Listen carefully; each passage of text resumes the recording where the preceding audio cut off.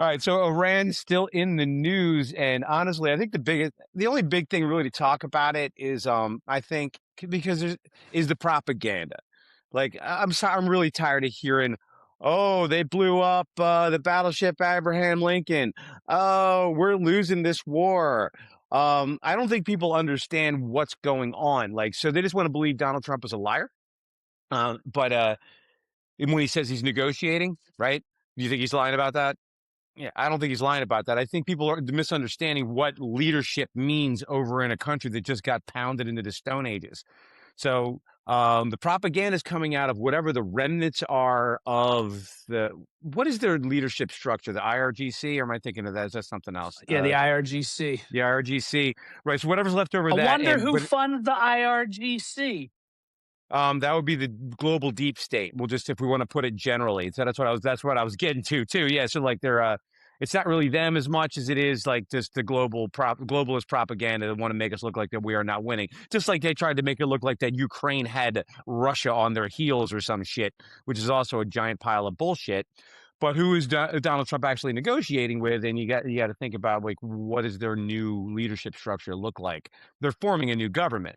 They just like the news pounded Trump when he was saying stuff like that because he was talking about like, oh, I thought this wasn't about regime change, but what the hell do you think it is? It's regime change because we kind of killed their old regime, so they need a new one. So it's funny because if you look at what the mainstream media, and I will say that after years of everybody going, don't go to the mainstream media, go to what's the alternative media? Don't go to the alternative media.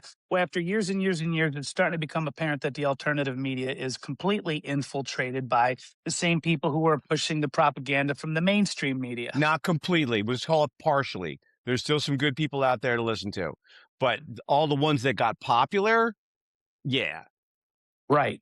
Anyway, so no, I'm not saying that alternative media is completely infiltrated, but what I'm saying is that we've all of a sudden seen a quick heel turn. It's like Order 66 came in, and all of a sudden there was the heel turn. But it's pretty obvious because if you look at what's happening versus what's being reported, if you look at what the administration is saying, like we're winding things down, we're negotiating, who's in charge? Who's in charge is like the 35th string. Like think about a football team. If your third Yeah. string quarterback is in the game, you've given up that you're going to win and you're just trying to ride it out till the clock runs out and better luck next week. Well, you can't have a next week when the 35th string guy he was standing there on the Strait of Hormuz like, da, da, da, I'm the head of the net. Gone. Boom. That quick. Like, head of the net. Gone. Yeah. And what happens? 10 boats full of gas go through the Strait of Hormuz. But if you go onto the mainstream media, it's like, oh my God, we're sending ground troops. Here's my theory on the ground troops. If you remember, a couple of months ago, they showed that guy in the crowd that got his leg blown off when they obliterated Maduro with the discombobulator. And remember, we were talking about that big, gigantic, that guy that was, and he was standing there. And even though his leg was blown up, he looked like he wanted nothing more than to be right back in combat. Right. At the State of the Union. So now we've obliterated Iran, and Karg Island is the center of power of Iran. If you get Karg Island, that's like taking down, the King's Castle and King's Landing. Like you have conquered this, like all of the evil guys. That's their, and what are they doing? They're like, hey, remember that guy? Remember that big gigantic? I don't even know. Was he human? We're going to send 3,000 of them, and they're all going to be like this at the door. ID. They're not going to let anybody in. They're not going to let anybody in. That's what's happening. It's not like the guys are going to be going on the ground, and we're going to hear about IEDs, right? We're not going to hear about that. Okay, we took over Iran, and these guys are blocking the thing, and it's like, all right, we need to talk. We don't have to. Oh, you want to talk now? Okay, let me hear. That's exactly what's happening. It's Yeah, everyone's talking about the boots on the ground, but do we have any confirmation of actual boots on the ground? It's more of a threat. Just like the way you were saying it. We did have like all these big meatheads ready to pounce, but they only need to be present. 3,000 of that guy only their whole. That guy was Exactly. missing. That guy was missing a leg, and he would kill my whole town by himself. Right? Like, Exactly. Right. Exactly. Yeah. Happy he's on our side. Right. But and there's yeah, three it's thousand. There's 3,000 just like him at Park Island. Yo, Park Island, this is a private party. right. So it was funny. It's going to segue into something that I wanted to mention, a conversation I was having with somebody earlier this week. So yeah, there's a lot of propaganda out there. Boots on the ground, not boots on the ground. This regime, not negotiating with that regime. Regime change, blah blah blah blah blah. And the intention is to confuse us into. It's all to sway us, whatever, one way or another, so we can make it to, I don't know, the midterm, so they can impeach Donald Trump. Whatever their goal is, doesn't matter. Which is why I like Donald Trump's attitude. He's like, okay, and he just keeps on doing what he's doing. But it boils down to trust in our leadership. And we are lifelong conditioned to, like, you can't trust your politicians. I brought this up, one of the things that woke me up like years and years ago, when I'm like, people are like, well, we expect the politicians to lie. And I'm like, well, why the fuck is that acceptable? I don't see why that's acceptable. So what did we do in response to that? Is we put Donald Trump in office twice, maybe three times, but whatever. That's a different conversation. We put Never left. Right. So, but now, can we trust Donald Trump? I know this sounds naive, but I think we can. Because you haven't seen a more transparent, honest leader. Now, it's naive to say you could trust any of them, right? I'm not, but Mhm. you're going to get backlash.